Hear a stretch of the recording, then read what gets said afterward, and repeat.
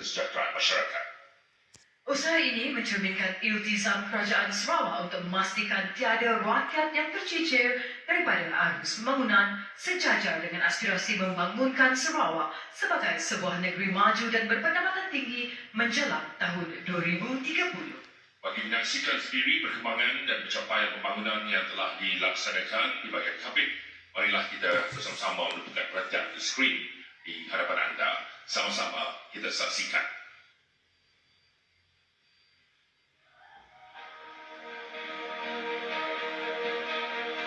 Kapit, tanah warisan Sarawak yang merangkum 4 daerah penuh.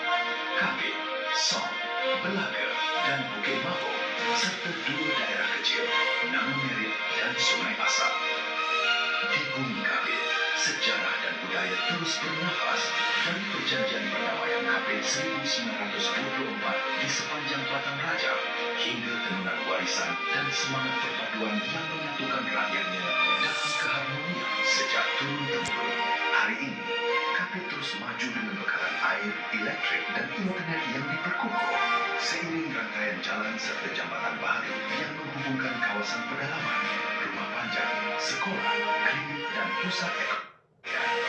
Setiap jalan yang dibuka dan setiap jambatan yang dibina membawa impak besar kepada seluruh bahagian Kapit. Memendekkan perjalanan, melancarkan urusan harian, mempercepat akses perkhidmatan dan membuka peluang ekonomi baru kepada rakyat. Pembangunan turut memperkukuh akses pendidikan, latihan kemahiran dan peluang pengajian tinggi agar generasi muda Kapit terus diperkasa untuk masa depan yang lebih cerah. Bantuan seperti SKAS, kemudahan kesihatan dan pembangunan komuniti terus memperkukuh kesejahteraan rakyat, memastikan manfaat pembangunan dirasai bersama.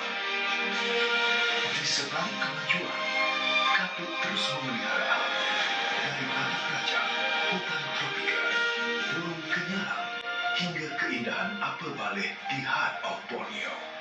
Projek tenaga hidro terus memperkukuh Kapit sebagai nadi bumi hijau Sarawak, membuka peluang pekerjaan serta menggerakkan pertumbuhan ekonomi masa depan negeri.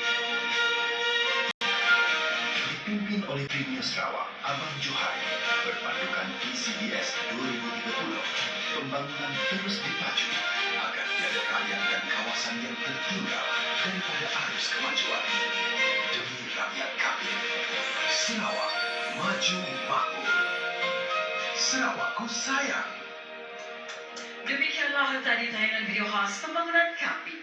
Sesungguhnya pembangunan yang dipaparkan sebentar tadi membuktikan bahawa transformasi bahagian Kapit bukan sahaja tertumpu kepada pembangunan fizikal, malah turut memberi penekanan kepada peningkatan kualiti hidup rakyat melalui penyediaan kemudahan dan peluang yang lebih baik.